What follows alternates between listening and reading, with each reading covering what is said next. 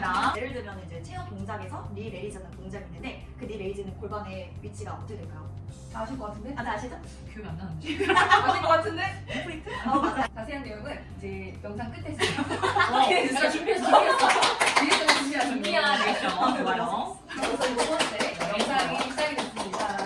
오늘 주제는 어떤 걸까요, 대표님? 오늘은 필기 시험을 준비하는 방법에 대해서 이야기 나눠보려고 해요. 오늘 이제 새로 오신 분이 있잖아요. 아, 새로운 그렇죠. 게스트 반갑습니다. 반갑습니다. 자기소개 부탁드릴게요. 네, 안녕하세요. 저는 스타필라테스 협회에서 자격증을 땄고요. 4년차 강사로 일하고 있는 양소연 강사입니다. 안녕하세요. 반갑습니다. 오늘 이제 필기 시험에 대해서 얘기를 해볼 텐데 처음에 이제 구성이 어떻게 되는지 되게 궁금해하실 것 같아요. 필기 시험의 구성은 해부학과 매뉴얼을 가장 바탕으로 우리가 공부를 하게 되는데 해부학과 관련된 내용을 단독으로만 물어보는 문제도 있고 또 매뉴얼에 있는 내용을 단독으로 물어보는 경우도 있고 또 해부학과 매뉴얼이 약간 결합된 총 3가지 유형을 물어본다고 생각해 주시면 될 것 같아요.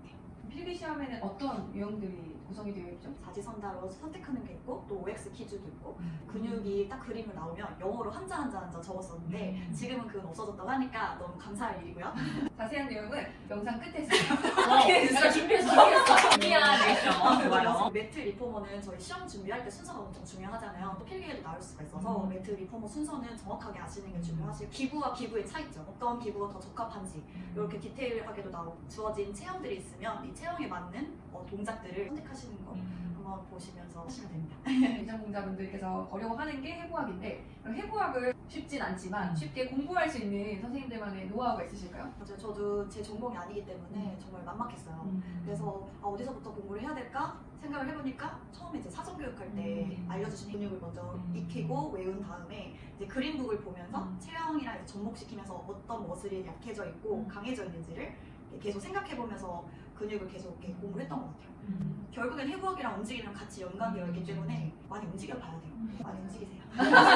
어디를 괜찮아요. 많이 움직일게요. 네. 움직이면서 좋아요. 대표님도 필기시험을 굉장히 잘 보신 걸로 알고 있는데 어떤 식으로 공부를 하면 고득점을 받을 수 있을까요? 시청자분들 관점에 좀 생각을 해봤어요. 어차피 결국에는 해부학을 공부하는 게 매뉴얼 동작을 잘 이해하기 위해서 공부하는 건데 아직 기초 해부학이 되어 있지 않은 상태에서 딱 책을 피면은 동작마다 막 근육이 나와 있으니까 되게 어렵게 느껴질 수 있어서 제가 이제 가장 권장하고 싶은 방법은 바로 동작으로 가는 것이 아니라 먼저 해부학을 통해서 특정 관절에서 어떤 움직임이 일어나는지 예를 들면 무릎 관절에서는 무릎을 구부리고 피는 2가지 움직임이 일어나지만 어깨 관절에 굉장히 많은 움직임들이 있잖아요. 그래서 각각의 관절별로 어떤 움직임이 일어나는지를 먼저 이해를 하고 그런 다음에 그 관절에서 일어나는 움직임을 어떤 근육이 만드는지를 먼저 이해한 다음에 그걸 동작과 연결시켜보는 거예요. 그래서 단순하게는 후덕 같은 경우에는 무릎과 고관절 접었다 폈다 하는 게 거의 이제 메인인 움직임이기 때문에 그 움직임을 할 때 그럼 무릎을 필 때는 어떤 근육이 쓰였지?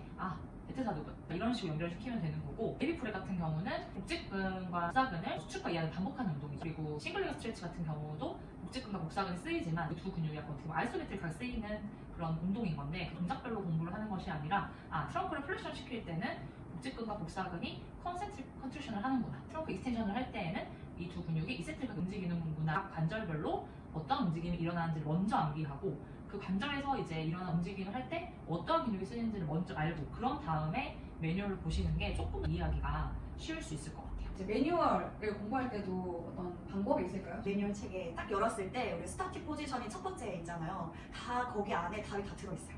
예를 들면 손의 위치라든지 골반의 뉴트럴과 인플레이트 포지션은 어떤 포지션인지 그리고 풋바의 층수 그리고 우리 스프링을 몇 개 걸어야 되는지 다 스타팅 포지션에 나와 있기 때문에 예를 들면 이제 체어 동작에서 니 레이즈는 동작이 있는데 그 니 레이즈는 골반의 위치가 어떻게 될까요?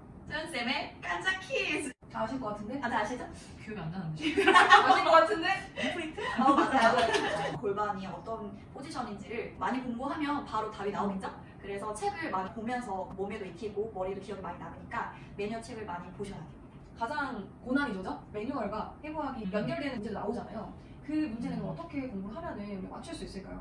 앞서 얘기했던 거랑 조금 연결이 되는 부분이 있는데 매뉴얼 책에서 해부학 파트를 좀 우리 살펴보면은 타겟 머슬이라고 하죠. 운동을 만들 때 어떤 근육이 어떤 수축을 하는지를 우리가 이제 이해해야 하는 부분이 있는데 각각의 근육별로 오리진과 인설션과 액션을 공부하는 것도 물론 중요한데 이 관절에서는 어떠한 근육들이 쓰이는가 이 관절에서 이 움직임을 할 때는 어떤 근육들이 쓰이는지를 따로 또 공부를 했어요. 그러니까 무릎을 피는 근육에는 무엇이 있나요? 어깨를 굴곡시키는 근육에는 무엇이 있나요? 라고 이렇게 질문을 하면은 대답을 못하는 경우도 종종 있어요. 그래서 매뉴얼을 위한 해부학 공부를 할 때에는 특정 관절에 있는 움직임을 만들 때 어떤 근육이 쓰이는지를 먼저 암기를 하신 다음에 그런 다음에 이제 매뉴얼 책에서 그러면 이 근육이 이 순서를 할 때 이러한 수축을 하는구나를 같이 암기하시고 매뉴얼에 대한 어떤 동작의 이해가 먼저 선행이 된 다음에 그 포스처를 이해할 수가 있고 그 특정 자세에서 뭐 좋은 운동 동작 이런 거 물어보지 않나요? 뭐 칼프시스의 좋은 동작이 아닌 것에 물어보는 건 조금 이제 어려운 문제에 속할 거예요. 근데 그런 것들까지 이제 맞추려면은 사실은 우리가 바른 자세에서 어떠한 근육이 그 위치에서 어떠한 길이에 이제 있는지를 알아야만 이제 포스처까지 이해할 수 있기 때문에 너무 기본적인 이야기이긴 한데 사실은 매뉴얼과 해부학이 결합된 문제를 많이 맞추려면은 매뉴얼 공부 전에 어느 정도 기초 해부학에 대한 이해가 좀 가장 도움이 되지 않을까라는 생각이 들어요.